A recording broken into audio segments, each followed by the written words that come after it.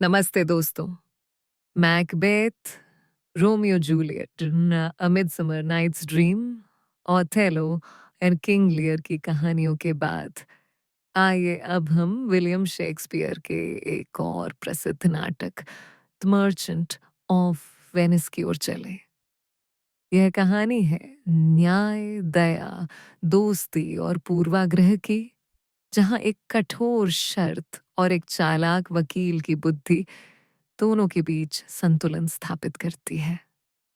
आज मैं आपको बताऊंगी कि कैसे असली दया कानून से भी बढ़कर होती है। एक समय की बात है, वेनिस शहर में एंटोनियो नाम का एक बहुत अमीर और नेक व्यापारी रहता था। उसके पास कई जहाज थे जो दूर दूर व्यापार करने जाते थे।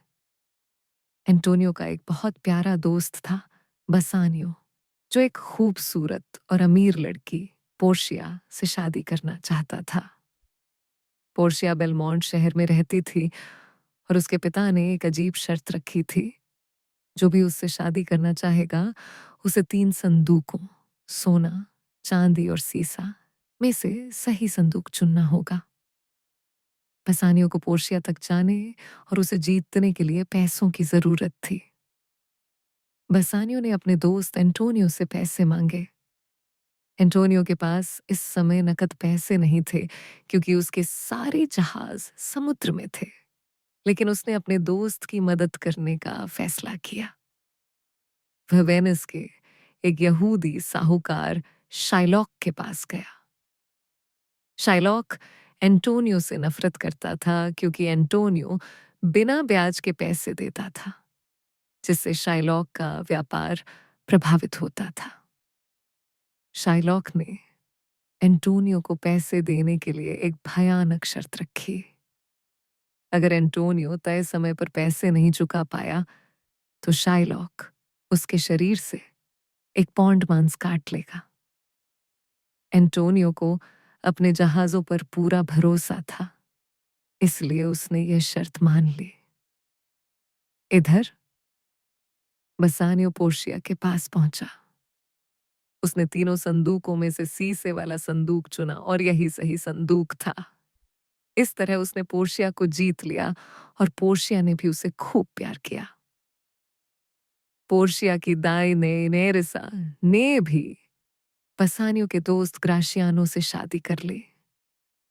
लेकिन तभी बुरी खबर आई। एंटोनियो के सारे जहाज समुद्र में डूब गए थे और वह शाइलॉक को पैसे नहीं चुका पाया था। शाइलॉक, जो अपने दामाद, जिसने उसकी बेटी जेसिका को भगा लिया था, और ईसाई व्यापारियों से नफरत करता था, उसने अपना 1 पौंड मांस वाली शर्त को लागू करने की ठान ली। एंटोनियो को अदालत में लाया गया, जहां शाइलॉक अपनी शर्त पर अड़ा रहा। बसानियो और ग्राशियानो तुरंत वेनिस लौटे और शाइलॉक को पैसे देने की पेशकश की, यहां तक कि 2 गुना, तिगुना भी। लेकिन शाइलॉक नहीं माना। वह केवल अपना 1 पौंड मांस चाहता था। इसी बीच पोर्शिया को जब इस मामले का पता चला, तो उसने एक चाल चली। वह और नेरिसा पुरुषों के कपड़े पहनकर वेनिस पहुंची। पोर्शिया ने एक वकील बाल्तजार का रूप लिया और नेरिसा उसकी सहायक बनी। पोर्शिया अदालत में एंटोनियो का बचाव करने आई। पोर्शिया ने सबसे पहले शाइलॉक से दया दिखाने की अपील की और उसका मशहूर भाषण दिया। दया का गुण स्वर्ग से बरसने वाली बारिश जैसा है। लेकिन शाइलॉक पर इसका कोई असर नहीं हुआ। वह कानून और अपनी शर्त पर अड़ा रहा। जब कोई और रास्ता नहीं बचा, तो पोर्शिया ने शाइलॉक से कहा कि वह अपना मांस ले सकता है, क्योंकि कानून इसकी अनुमति देता है। लेकिन फिर उसने एक शर्त रखी।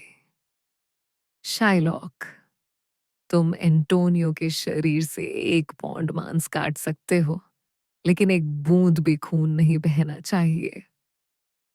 उसने समझाया कि अनुबंध में केवल मांस का जिक्र है, खून का नहीं।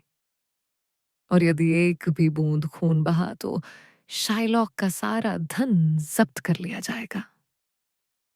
शाइलॉक ये सुनकर सख्ते में आ गया। वह जानता था कि बिना खून बहाए मांस काटना असंभव है। उसने अपनी शर्त वापस लेने की कोशिश की और पैसे लेने के लिए तैयार हो गया, लेकिन पोर्शिया ने उसे रोक दिया। उसने कहा कि अब चूंकि शाइलॉक ने एक वेनिस के नागरिक की जान लेने की कोशिश की है, तो उसका आधा धन राज्य ले लेगा और आधा एंटोनियो को मिलेगा और उसे ईसाई धर्म अपनाना होगा। शाइलॉक हार गया और उसने अपनी सारी शर्तें मान ली। अदालत से निकलते हुए पोर्शिया और नेरिसा ने बसानियो और ग्राशियानो से उनकी अंगूठियां मांगी, जो उन्होंने अपनी पत्नियों को दी थी, और वादा किया था कि वे कभी नहीं उतारेंगे। बसानियो और ग्राशियानो ने न चाहते हुए भी अंगूठियां दे दी, क्योंकि उन्होंने सोचा कि वकील ने उनकी मदद की है। बाद में जब वे अपने घरों में लौटे तो पोर्शिया और नेरिसा ने अपनी पहचान उजागर की और अपने पतियों को अंगूठियों को लेकर खूब चिढ़ाया। अंततः सभी गलतफहमियां दूर हुई और एंटोनियो के कुछ जहाज भी वापस आ गए। कहानी का अंत सभी के लिए खुशी भरा रहा। बहनों और भाइयों, द मर्चेंट ऑफ वेनिस की कहानी से हमें क्या सीख मिलती है? पहली सीख, दया न्याय से बढ़कर है। पोर्शिया ने हमें सिखाया कि कभी-कभी केवल कानून का पालन करना पर्याप्त नहीं होता, बल्कि दया दिखाना भी उतना ही महत्वपूर्ण है। दूसरी सीख, पूर्वाग्रह खतरनाक होते हैं।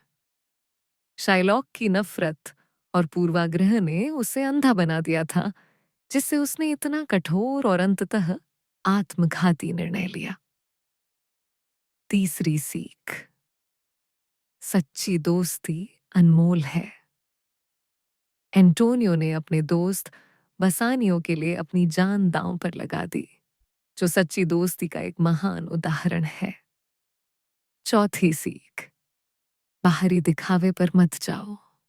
पोर्शिया को चुनने के लिए संदूक के बाहरी दिखावे पर नहीं, बल्कि उसके अंदर की साधारणता पर ध्यान देना पड़ा, जो सिखाता है कि असली मूल्य अक्सर सादगी में होता है। जैसा कि हमारी दादी नानी कहती हैं, कठोरता से कुछ हासिल नहीं होता, दया का मोल सबसे बड़ा है। तो मेरे प्यारे भाइयों और बहनों, याद रखिएगा, जीवन में दयालु बने, पूर्वाग्रहों से बचें और सच्ची दोस्ती का सम्मान करें। कानून और नियमों का पालन करें, लेकिन हमेशा दया के लिए जगह रखें। भगवान करे आप सब हमेशा न्याय और दया के रास्ते पर चलें और खुश रहें। आपकी बहन की यही दुआ है।